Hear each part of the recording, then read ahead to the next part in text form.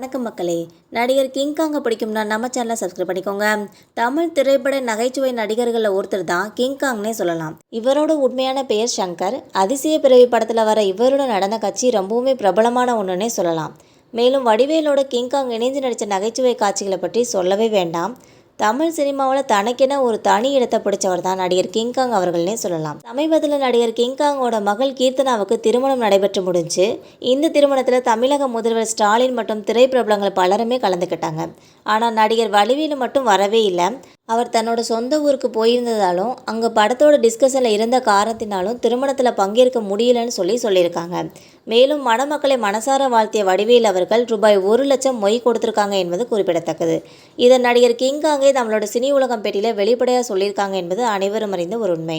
மேலும் நம்ம சினி உலகம் பேட்டியில் பல விஷயங்களை பகிர்ந்துக்கிட்டாங்க நடிகர் கிங்காங் அவர்கள். இந்த வீடியோ உங்களுக்கு பிடிச்சிருந்தா மறக்காமல் சப்ஸ்கிரைப் பண்ணி பெல் ஐகானை கிளிக் பண்ணி வச்சுக்கோங்க. அப்போ தான் நம்ம டெய்லி போகிற வீடியோஸ் உடனுக்குடன் வந்து சேரும். தேங்க்யூ.